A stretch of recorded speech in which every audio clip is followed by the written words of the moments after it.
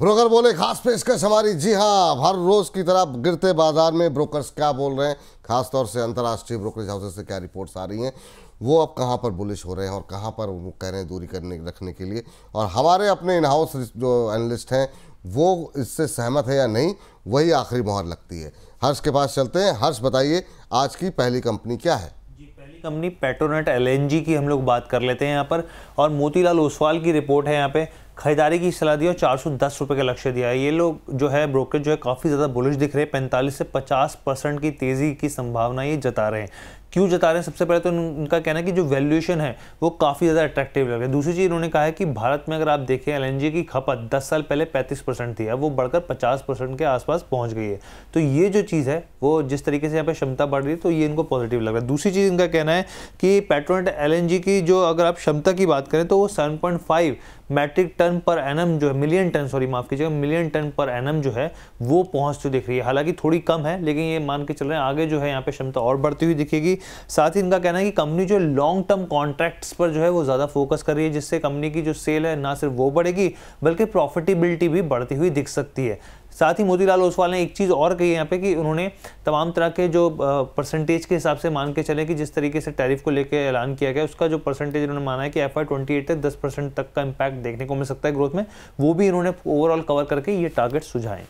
चलिए, तो यहाँ पर 410 तक के काफ़ी अग्रेसिव टारगेट निकल के आ रहे हैं और गिरते बाजार में हरा निशान में ट्रेड करता हुआ पेट्रोनेट एलएनजी। अनुज सर, आपकी टिप्पणी क्या रहेगी पेट्रोनेट एलएनजी को लेकर के? मोतीलाल काफ़ी पॉजिटिव हैं, आप हैं? चलिए, लगता है अनुज जी से संपर्क हमारा टूट गया है।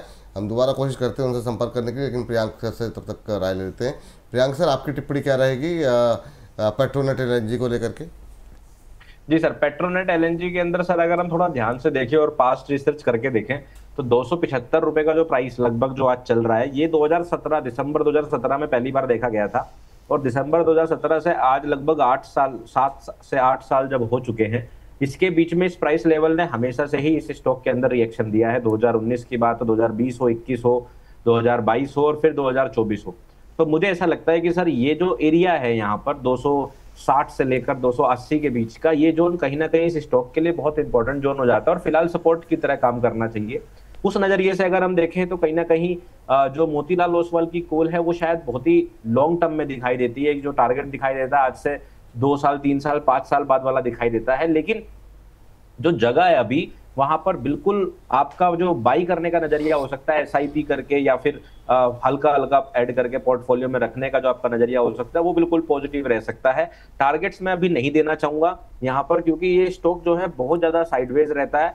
तो टारगेट्स ये जो मुझे लगता है ये बहुत लॉन्ग टर्म में है, और पर जो जोन है वो 260 से 280 का, वो एक बाई अपॉर्चुनिटी जरूर है, ये मैं बिल्कुल यहाँ पर कहना चाहूंगा।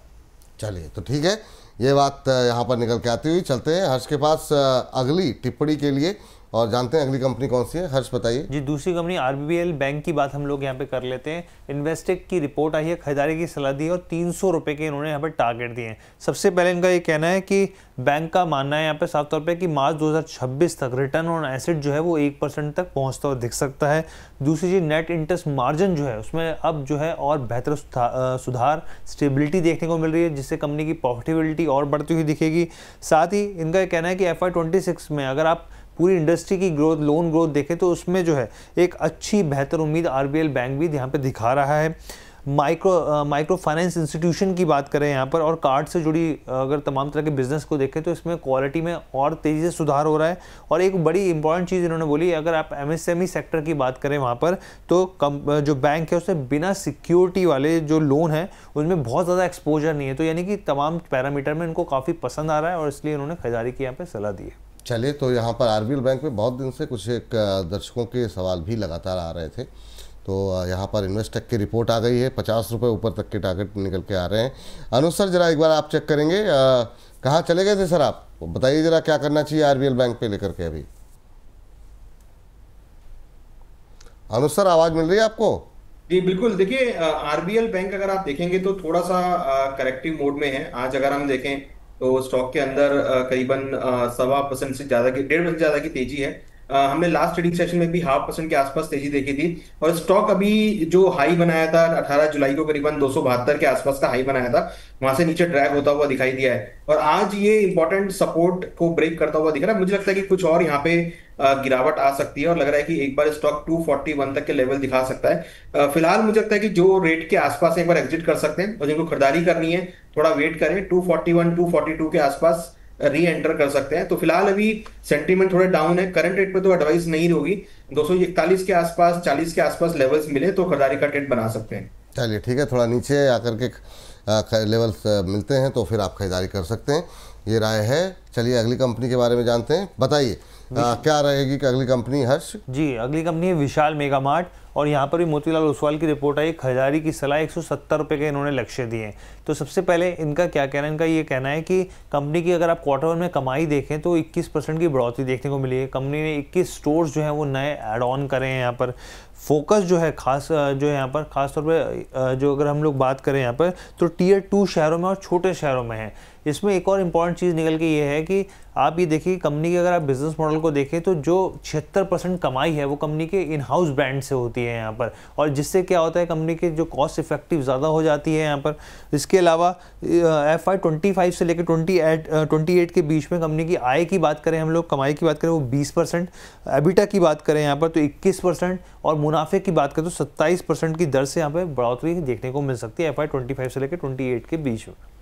चलिए ये बात यहाँ पर है, और विशाल मेगा मार्ट पे काफ़ी लोग इस समय बुलिश दिखाई दे रहे हैं, और अब एक और नया टारगेट यहाँ पर, और ये इसके लिए पॉजिटिव होने की एक और वजह है, वो है इस समय की सारा फोकस सारी गवर्नमेंट का और देश का वो कंजम्पशन थीम की तरफ जाता हुआ दिखाई दे रहा है। अनुज सर, आपकी टिप्पणी विशाल मेगा मार्ट पे, हालांकि कुछ लोगों की ये टिप्पणी जरूर रही है कि थोड़ा महंगा हो गया है पी, आपकी टिप्पणी क्या है, चार्ट्स क्या कह रहे हैं, और आप सहमत हैं इस रिपोर्ट से? देखिए बिल्कुल डेफिनेटली जो ओवरबॉट सिचुएशन है वो यहाँ पे दिखाई दे रही है। ऑलमोस्ट अगर आप देखेंगे तो 155 160 के आसपास काफी स्ट्रॉन्ग रेजिस्टेंस से फेस कर रहा है। मुझे लगता है कि जिनको ने खरीदारी कर रखी है लोअर लेवल पे वो यहाँ पे प्रॉफिट बुक कर सकते हैं, क्योंकि कंटिन्यूसली स्टॉक में higher top higher bottom formations बने हैं। 157-60 का इसने अभी नया हाई टेस्ट किया है, तो यहाँ पर एक बार प्रॉफिट बुक कर सकते हैं, और फर्दर अगर ये स्टॉक नीचे 140 145 के आसपास मिलता है तो वहां पर अगेन एंट्री कर सकते हैं। तो स्टॉक में नो डाउट की पॉजिटिव ट्रेंड है, तो करंट रेट पे प्रॉफिट बुक कर सकते हैं या फिर पार्शियल प्रॉफिट भी बुक कर सकते हैं, क्योंकि हमें लगता है कि स्टॉक में जो रनअप है वो आगे भी कंटिन्यू रहेगा, और एज पर द रिट्रेसमेंट मैं एक्सपेक्ट कर रहा हूं कि 185 तक के लेवल आपको विशाल मेगा मार्ट में देखने को मिल सकते हैं। तो करंट रेट पे थोड़ा प्रॉफिट बुक करके अगेन री एंटर हो सकते हैं 145 के आसपास। ठीक है, तो अभी जिनके पास पहले से ले रखे हैं वो जो है थोड़ा सा मुनाफा बुक करें, फिर नीचे आता है फिर एंट्री करें। 85 तक के 185 तक के टारगेट देखने को मिल सकते हैं, लेकिन थोड़ा सा धैर्य के साथ बने रहें।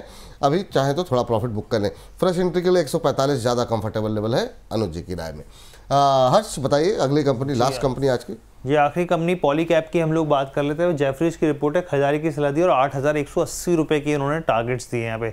सबसे पहले इनका कहना है कि लगातार 12 क्वार्टर्स में देखने को मिला है कंपनी की जो वायर्स एंड केबल्स बिजनेस है वो डबल डिजिट में उसने ग्रोथ दिखाई है यहाँ पे।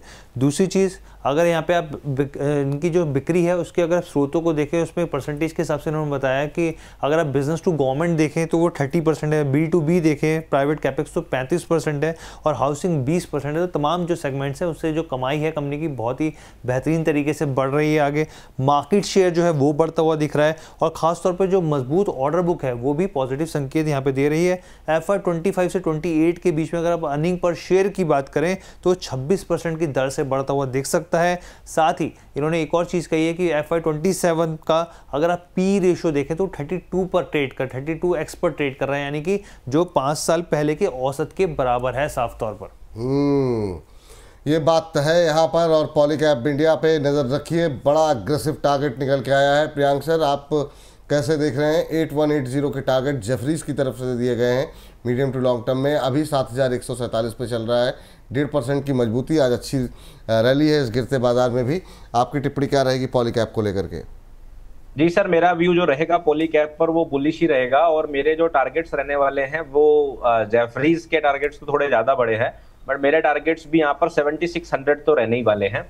पॉलीकैब के अंदर अगर हम देखें तो मार्केट ने जब मार्च में एक करेक्शन दिया था, काफी स्ट्रॉन्ग करेक्शन दिया था बहुत लंबी रैली के बाद, उसके बाद से लगातार अप ट्रेंड को पकड़े हुआ है, और यहाँ पर इसने जो है फिलहाल 7000 से लेके 6900 के बीच का जो जोन है उसको अपना एक बढ़िया सपोर्ट लेवल बना रखा है। तो मेरे हिसाब से यहाँ पे एवरेजिंग भी करी जा सकती है और 7000 के अराउंड यहाँ पर नई पोजीशन भी ली जा सकती है टारगेट करने के लिए 7600 को, जिसके अंदर आप अपना जो स्टॉप लॉस है वो 6700 के आसपास रख सकते हैं। चलिए, तो यहाँ पर जो है ये राय निकल करके आती हुई। तो अब इस सेगमेंट को समाप्त करने का तो वक्त हो गया है।